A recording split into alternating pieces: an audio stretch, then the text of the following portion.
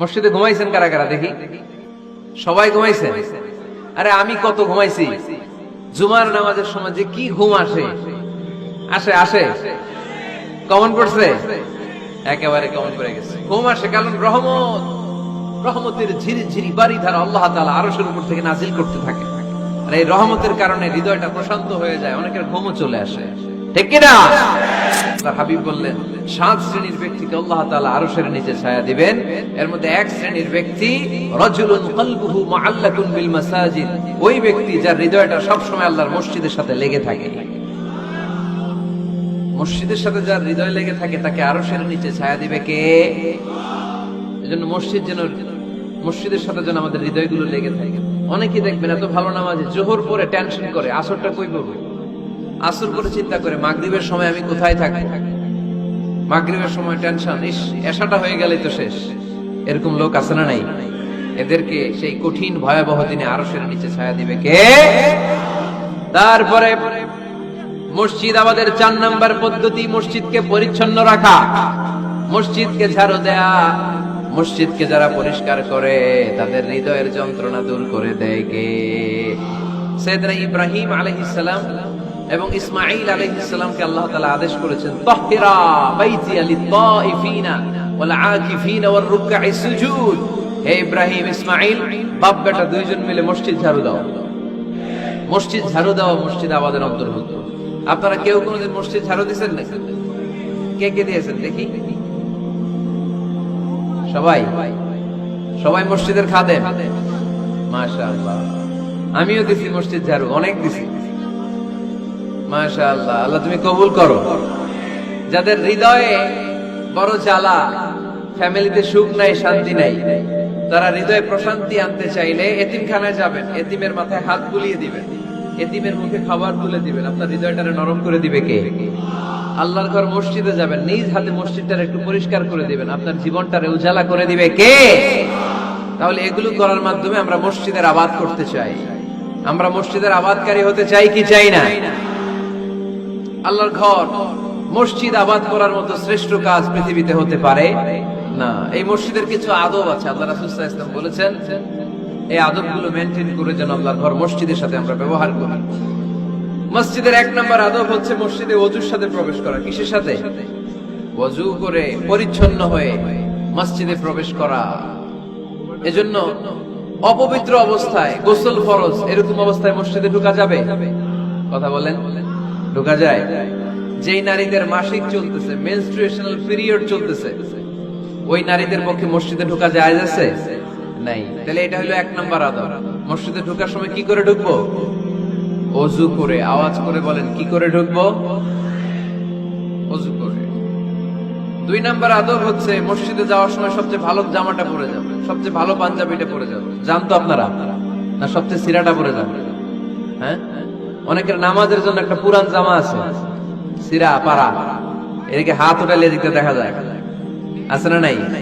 সবচেয়ে সিরা পারাটা রাখে নামাজের জন্য, কপাল পোড়া। আর সুন্নাতে খাতনার অনুষ্ঠানে গেলে মাশাআল্লাহ লেহেঙ্গা গায়ে দিয়া যায়, আছে না নাই? না, আপনি ইবাদতের জন্য সবচেয়ে সুন্দর জামাটা রাখবেন। এজন্য রাব্বুল আলামিন বলেন ইয়া বানি আদম খুযু জিনাতাকুম ইনদা কুল্লি মসজিদ। ও বনি আদম, তুমি যখন আল্লাহর ঘর মসজিদে ঢুকবা, ও বনি আদম, তুমি যখন নামাজের মুসল্লায় দাঁড়াবা, তোমার সবচাইতে দামি, সবচাইতে সুন্দর জামাটা গায়ে দিয়ে তুমি নামাজে দাঁড়াও, ঠিক কি না? মসজিদে যখন ঢুকবেন ডান পা দিয়ে ঢুকবেন আর দোয়া পড়বেন আউযু বিল্লাহিল আযীম ওয়া বিওয়াজহিল কারীম ওয়া সুলতানিহিল কদীম মিনাশ শাইতানির রাজীম। বিষ্ণু সাল্লাল্লাহু আলাইহি ওয়াসাল্লাম বললেন, যে ব্যক্তি মসজিদে ঢোকার সময় এই দোয়াটা পড়বে, শয়তান আফসোস শুরু করে, সে বলে হায় হায়, আজকের দিনের জন্য, সারা দিনের জন্য তো তুই আমার ওয়াসওয়াসা থেকে বেঁচে গেলি, আজকের সারা দিনের জন্য তোরে আমি হারালাম, আজকের সারাটা দিন আল্লাহর পক্ষ থেকে প্রোটেকশন নিয়ে তুই বেঁচে গেলি, আজকের জন্য যা, কালকে তোরে আমি ধরবো। এজন্য এই দোয়াটা পড়ার দরকার আছে না? আউযু বিল্লাহিল আযীম ওয়া বিওয়াজহিল কারীম ওয়া সুলতানিহিল কদীম মিনাশ শাইতানির রাজীম। 4টা বাক্যের দোয়া। তারপর আল্লাহর হাবিব বললেন, ঢোকার আগে আমারে সালাম দাও।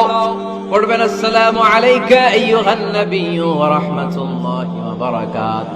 এই দুইটা জিনিস যখন করে ফেললেন তখন ডান পা দিয়ে পড়বেন আল্লাহুম্মা ইফতাহ লি আবওয়াবা রাহমাতিক। সুবহানাল্লাহ পড়েন। আল্লাহুম্মা ইফতাহ লি, ও আল্লাহ আমার জন্য তুমি খুলে দাও আবওয়াবা রাহমাতিক, তোমার রহমতের দরজা। তার মানে মসজিদে ঢুকলে রহমত পাওয়া যায় কি যায় না? মসজিদে ঢুকলে পাওয়া যায় রহমত, মসজিদের বাইরে রহমতের কথা আল্লাহ বলে নাই। মসজিদের ভিতরে রহমত। কোথায় রহমত? কোথায়? মসজিদের ভিতরে রহমত আছে না? তার প্রমাণ মসজিদে ঢুকলেই শান্তি লাগে কেমন জানি, আর ঘুমে ধরে। মসজিদে ঘুমাইছেন কারা কারা দেখি? সবাই ঘুমাইছেন? আরে আমি কত ঘুমাইছি। জুমার নামাজের সময় যে কি ঘুম আসে আসে আসে কমন পড়ছে, একেবারে কমন পড়ে গেছে। ঘুম আসে কারণ রহমত, রহমতের ঝিরি ঝিরি বাড়ি ধারা আল্লাহ তাআলা আরশের উপর থেকে নাজিল করতে থাকে। আর এই রহমতের কারণে হৃদয়টা প্রশান্ত হয়ে যায়, অনেকের ঘুমও চলে আসে, ঠিক কি না?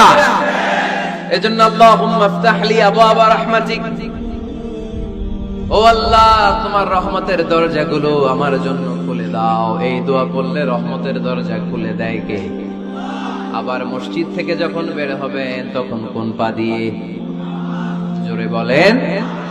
বাম পা দিয়ে কি পড়বেন? আল্লাহুম্মা ইন্নী আসআলুকা মিন ফাদলিক, ও আল্লাহ তোমার কাছে আমি তোমার পক্ষ থেকে ফদল চাই, মানে রিজিক চাই। রিজিক দেওয়ার মালিক কে?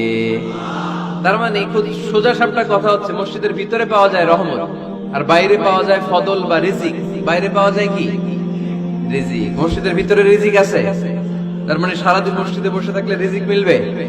নামাজের সময় নামাজ পড়তে হবে, কাজের সময় কাজ করতে হবে। এটাই হচ্ছে ইসলামের বিধান। যখন তোমাদের সালাত শেষ হয়ে যায়, আল্লাহর রিজিক অন্বেষণের জন্য আল্লাহর জমিনে তোমরা ছড়িয়ে যাও। নামাজের সময় আসবেন, নামাজ শেষ বের হয়ে যাবে, ফান্তাশিরু ফিল আরদ, জমিনে ছড়িয়ে পড়ো।